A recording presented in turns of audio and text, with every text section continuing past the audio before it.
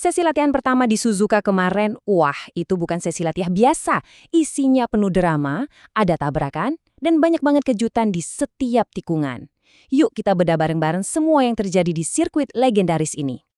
Oke, jadi ini dia yang bakal kita bahas. Pertama, kita lihat kenapa Mercedes bisa ngebut banget. Kedua, gimana caranya Suzuka bikin para pembalap kewalahan. Terus, ada siapa aja muka-muka baru dan tampilan mobil yang keren. Lanjut ke gosip panas dari padot, dan tentunya kita lihat siapa yang jadi tercepat setelah semua kekacauan tadi. Langsung aja kita mulai dari Silver Arrows yang benar-benar lagi on fire. Sejak awal sesi, Mercedes itu udah kayak ngasih sinyal. Mereka datang ke Jepang bukan buat main-main. Dan ini dia buktinya. George Russell nyatatin waktu 1 menit 31,666 detik.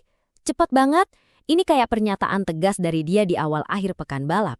Yang bikin lebih gila lagi, rekan timnya, si anak muda Kimi Antonelli, langsung nempel di posisi kedua, jadi 1-2 buat Mercedes.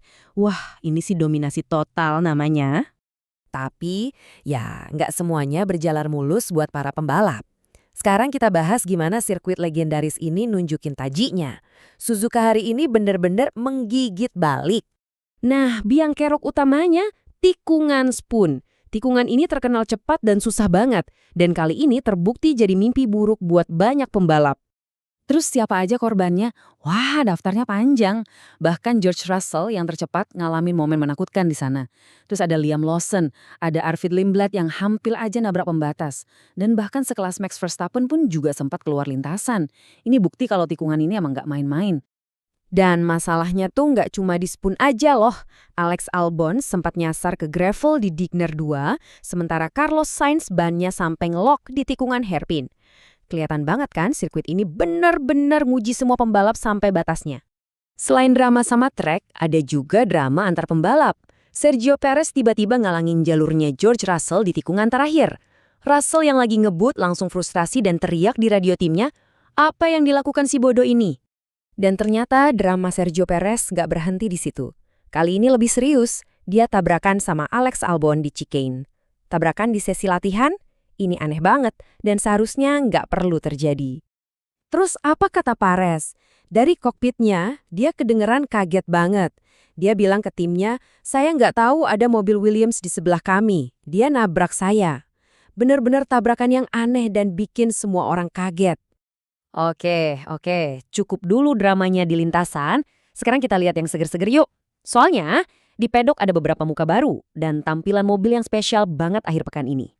Nah, kamu mungkin nanya, kok ada pembalap baru? Jadi gini, ada aturannya, semua tim itu wajib ngasih kesempatan buat pembalap rookie mereka di beberapa sesi latihan.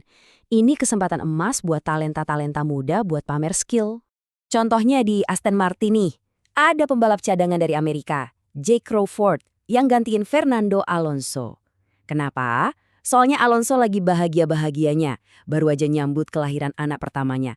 Selamat ya Nando! Nah, ini yang paling seru di GP Jepang, livery spesial. Racing Bulls punya edisi musim semi yang merahnya lebih nyala. Khas niat banget, temanya Jepang total, sampai ada gambar Godzilla di mobilnya. Keren! Terus Mercedes masuk ke mode Predator dengan motif serigala. Tampilan-tampilan kayak gini nih yang bikin balapan jadi lebih berwarna. Sambil mobil-mobilnya tampil keren, ada juga berita-berita penting dari luar track. Dan ini beritanya bisa jadi bakal mengubah peta persaingan F1 di masa depan loh. Dan ini dia berita besarnya. Audi yang sebentar lagi bakal masuk F1 baru aja merekrut mantan bosnya Ferrari, Mattia Binotto, buat jadi kepala tim mereka.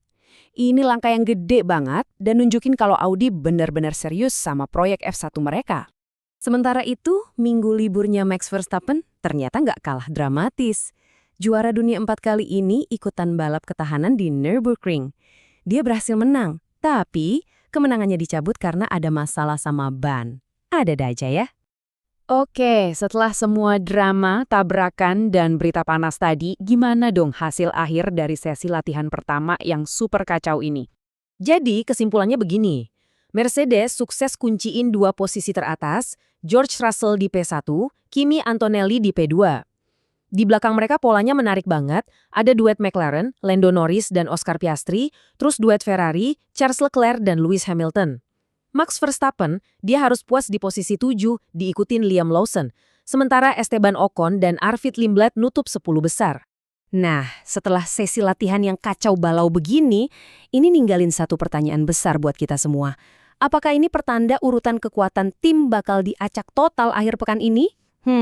Kita lihat aja nanti.